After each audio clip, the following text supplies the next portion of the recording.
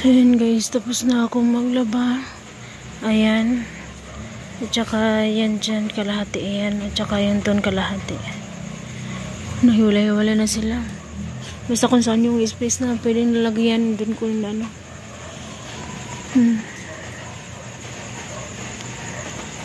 So, nilabas ko na dapat kanina kasi sinampay ko yan sa labas kanina. Kaso umulan. Kaya binalik ko na naman dito sa loob. So, ayan, natapos din ako sa wakas.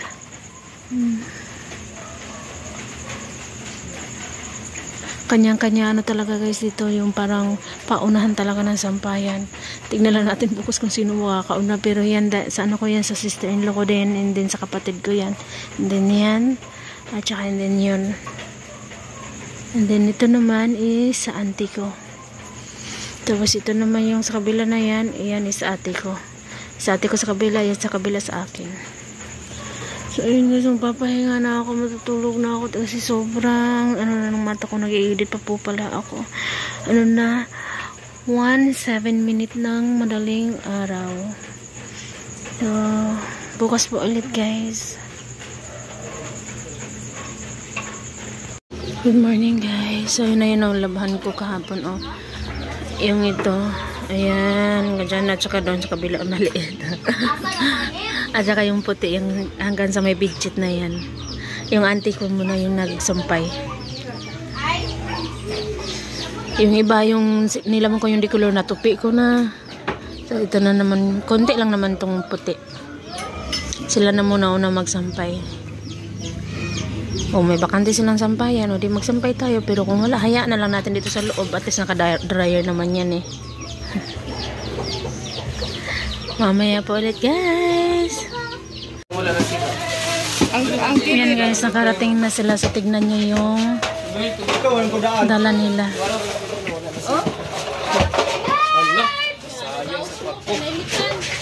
Nano kasi siya sa init eh. Pasayan ba? Ang gulay na to, ako yung nagluto, pinaluto sa akin ni mama. Yung sobra, nakakain na yung mga bata. So yung iba pinadala kina mama, tapos yung ito.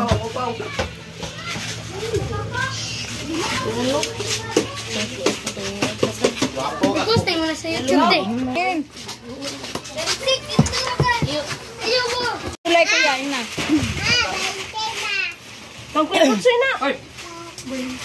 Wala korta na ito ay. Tildo na, tildo. Ayan, tingnan nyo sa RG guys. Bagong gupit. Uy! Bigyan ako pa. Kanina na lang talaga yan. Gani buyag. Pangkuhan siya. Malayo biya ka na yung magbayad na. Hi guys. Hi guys, Jay. Magkakaw na, magbayad na.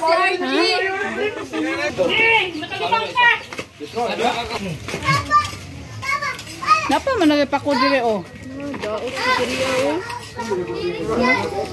Wala ni duro. Unsa din inanagya po na tanan? May pani siya diri mado, ang fresh paning na diri. Oy. Ayos kami. Ay, pinuno. Ay. Ay, kadi ano, binugkusan. Lo yan diyan. Unin na diyan. Gamay-gamay ro lagi na iya lagi. Uy, gamay ro lagi mo diyan. Ha? Gamay ro lagi mo ha. Oh, kabaloy. Di ka kabalo manghuha? Hindi siya kabalo. Hindi pa mo ang kanang nagkuhan na. Mga pungko, mga buskat? Dili, pungko. Uli. Ito mo na gani gibulag. Pag gibulag, huwag ka na. Horot ay. Abig bulat mga buskan no? Unsa ni sa sako mat kay isa? Sali? Karlan. Kani po dapil po na. Saging. Saging pala daw ito, tapos ito ano, karlang. Sa puti nga kuan ba dun sa tumad? Dun sa puti mad. Yung sa puti naman is talong at saka yung pipino. Dayon may talong pa din. Sayang galunggay, takway, batong, kamatis. Daghan kasi lagdala. Dire sili na pa sili. Napa din. Okay, sili daghan kasi lagdala ay. Mga fresh kayo na pa day lagbati oh. Oh! Bumili ka dito mga tubig. Tubig kayo? Pinagbuo oh. Namoy kamote mad. Kamote.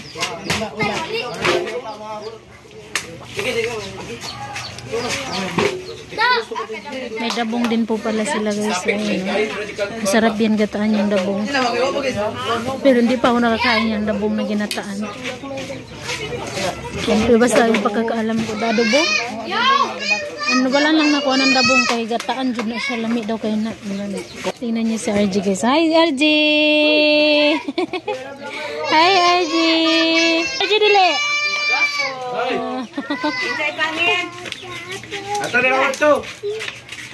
Pag darating talaga sila guys galing sa bukid, halos lahat ng mga ano dito is pumupunta talaga dito. Wala taliksik na? Yan! Nalagi buongon. Tulo rin siya ka buok. Tatlo lang pala tong buongon guys. Ayan na. Si RG. RG! Ha?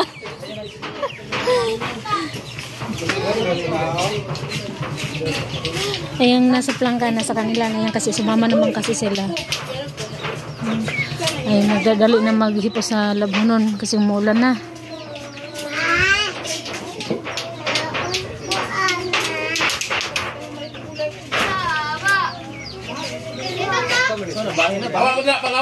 Ayun guys, naghahanda na ako ng gugulayin natin. Ayan. Ito, konting saluyot lang. Hindi ko yung inubos yung ano ni mama na saluyot na binigay.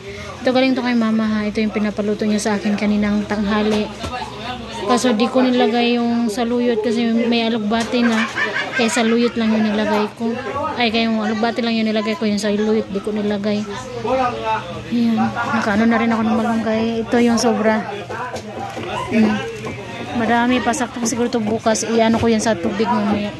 Kasi itong malunggay naman, binigay nila sa akin lahat. Konti lang yung kinuha ko para lang ngayon. Pero binigay sa akin lahat ng sister-in-law ko. Ano ito ng malugbati, hindi ko rin ito iano lahat. Tapos may talong. Ayan. So yan, nakahiwa na rin ako ng kalabasa. Mix, ano yan ha? Mix, tawag dito, sitaw. Tapos ito, galing din to kanina sa kay mama. Dala to ng aking kapatid. So, gigisa ko to. Tapos idadalhin ko rin ko to kay mama. Magbibigay ko kay mama ng gulay. And then ito gigisahin na lagyan ng kamatis. So, para hindi na magano ni mama. Lalo na maulan ngayon, eh, masarap talaga yung gulay. Kaya magluluto na muna po ako guys. Hi guys, good evening. Good evening, good evening. Shoutout po sa inyong lahat. Pasensya na po kayo kung hindi po ako naka-upload kahapon. Yun, nakauwi na yung sister-in-law ko tsaka yung mga patid ko. Grabe guys, ang dami nilang dala no?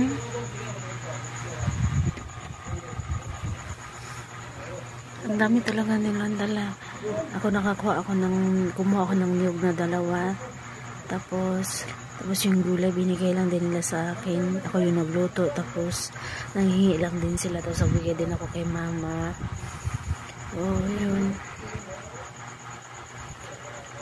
Na isang kaldero yung niluto ko na gulay. Naubos talaga. Konti lang yung tira. At saka masarap. Masarap yung gulay. May karlang no. Sa karlang sa Bisaya. Pwede po siya bisol sa Bisaya. Ang tawag. Kaya yun kay pag may ano kasi siya pag nilagyan siya ng karlang is yung sabaw niya ba malapot baga. Masarap na malapot at saka lalo na umulan dito masarap siya higup-higupin. Baka bukas may magugulay pa tayo bukas kasi hindi ko inubos yung alugbati at saka yung saluyot niya bigay ni mama and then may talong pa. Pero bukas is magpapabili na lamang ng malunggay. Ayun guys, grabe yung kainan. Tsaka yung iba ko mga pinsan dito na rin kumain sa kapatid ko. Salo-salo na sila dyan sa labas pa. Baga nanghingi lang sila ng gulay sa akin. Tsaka sinadya ko din talagang damihan yun. At saka bigay lang din naman nila yun. Baga ako lang din yung nagluto. Sige, go na lang ako kasi masarap eh. Tsaka gustong-gusto ko talaga magluto. Gustong-gusto ko magluto-luto yung ganun ba. At, tsaka masaya ako kasi nasarapan naman sila sa aking luto. Nung Biyernes ng gabi, umalis sila. Ang tahimik. 2 araw silang, hindi pala, ano pala yun, Biyernes, Huwebes pala yun, Huwebes ng gabi sila umalis. Tapos, walang anong araw sila nawala, tapos kanina lang tanghali sila nakarating. Kaya pagdating talaga nila, dagsaan talaga, dumagsa pa. Tuwing ano talaga yan, ganito talaga yun dito. Tuwing dating nila galing sa bukid is, halos lahat kami buong pamilya ipupunta dito. Yung iba naman, pag may nakadinig na umuwi sila, tapos marami silang gulay na benta. Yung iba pumupunta dito, bumibili din. Tsaka, yung iba na, pero kadalasan kasi hindi yun ang uubos ha. Lalo na yung pagpipino. Hindi talaga yun naubos. Ang dami pang pipino, madami pa rin yung karlang kasi madami yung binili nila. Ay, madami yung dinala nila na karlang. Mga yung kamuting kahoy, may nakaano na yun nun, may nakabili na yung tiya ko, auntie ko pa. Baga nagbigay na kasi siya ng ng pera nun para bilhan siya. So sa kanya yun, ang lalaki nung kamuting kahoy guys. Tapos may dala pa silang niyog. Ang sarap maggata ng ng kamuting kahoy, no?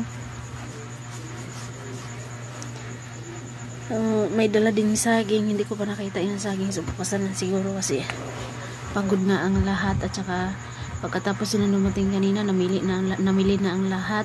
Pagkatapos namili, nagluto na yun. Nagluto na, tulong-tulong sila sa pagluto dyan sa labas. Pagkatapos kumain. So, yun o, pahinga na. Kasi pagod din talaga sila sa biyahe.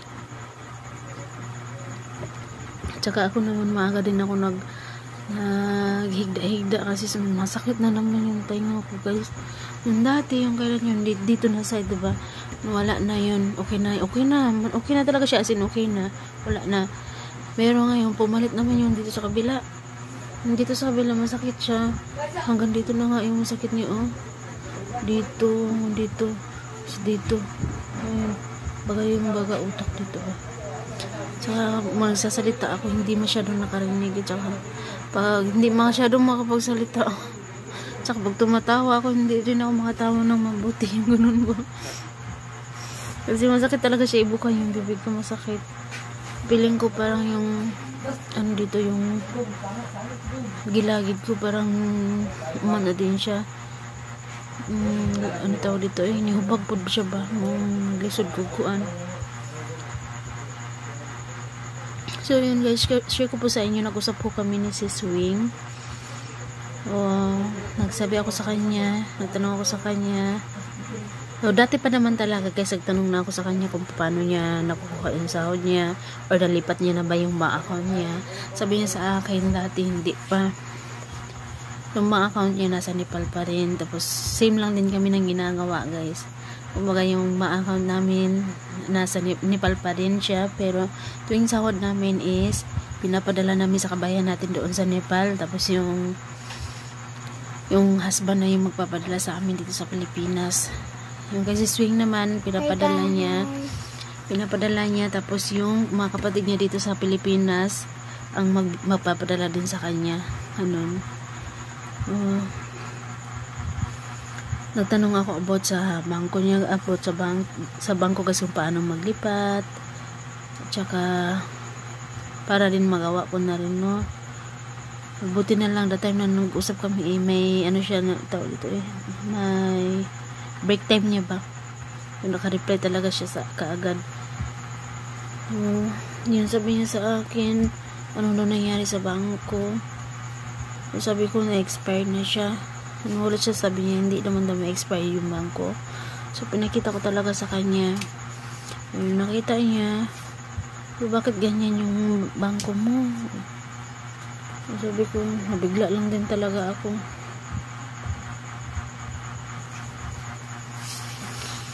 Nagtanong ako sa kanya na yun nga kung paano ilipat. Tsaka mahaba rin talagang proseso guys, no. Sabi ni si Swing sa akin, hindi ganun kadali yung maglipat ka ng dito sa Pilipinas, yung sahod natin, like kagaya natin, naka-Nepali kami.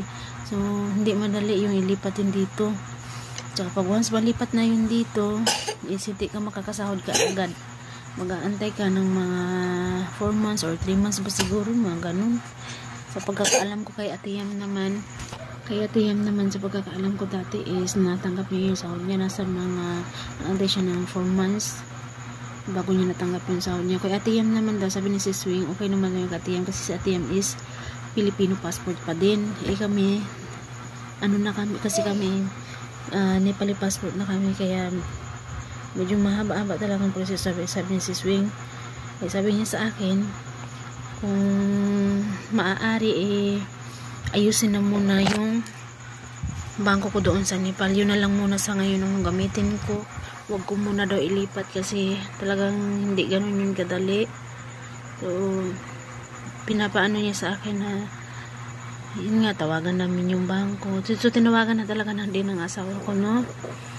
So, ginagawa na rin nila ngayon is na rin yung asawa ko, parang dahil yung SIM card na yun is yung SIM card ng Nepal, hindi na natin ma-open dito sa Pilipinas, no? Kaya yung ginawa ng asawa ko daw is yung pinsan niya doon, yung isang pinsan niya is pinabili na yung SIM card na yun para ma-open ko ulit siya, para i-active lang yung SIM card na yun ba, para ma-open ko ulit yung account ko. Tapos sa message na din yun sa akin kanina yung pinsan niya, kung kanino bang pangalan. At saka about naman sa bangko ng mama ko guys, no, expired na daw pala yung ni mama, hindi na daw pwede yun. Kailangan niya daw gumawa ulit. Dahil si mama minsan na lang din may time yan si mama. So, kung ako magpapagawa ang gagawin ko guys is magpapaano muna tayo ng, so, gulat ako ha, sabi niyo sa akin na wala nang, hindi na pwedeng gumawa ng postal dito, sinuspindi ba yun? Hindi ko talaga alam yun guys, na hindi na pala pwedeng mapagawa ng postal ngayon. Bakit ako sinabihin nung video na gumawa na lang daw ako ng postal? So, yun nga, kaya nag-comment kayo sa akin na hindi na pwedeng mapagawa ng postal. Saka ko lang yun nalaman. Baka magpaano pa ako basta sana maayos ko lahat sa pagpasok ng July sa atin. Sana maganda yung pasok ng July natin guys, no? Sa ating lahat. God bless sa ating lahat sa pagpasok ng July. Ako I pray na maayos ko lahat ito, lalo na yung number 1 yung visa namin dito, kung anong gagawin na sana maayos namin to kaagad-agad. Tsaka yun nga, so I hope na maayos na tong lahat, magawa ng paraan ng asawa ko yung bangko niya na ma-open niya ulit. Pero yung asawa ko positive lang siya na ma-open niya ulit. So yun, sana nga ma-open niya. So hanggang dito na lang muna guys, matutulog na din ako. Kasi baka magising to si RG, si Ayman, nung kailan nung isang araw. Nung isang araw si Arin yung si RG. Si RG yung nagsusuka. Kagabi naman si Arin. So dahil talaga pa iba-iba yung klima dito guys, no? Bigla na lang iinit, bigla na lang ding uulan, yung ganun ba. So, dito na lang muna guys. Bukas po ulit. Maraming salamat pa everyone. God bless us all. Thank you so much. Bye.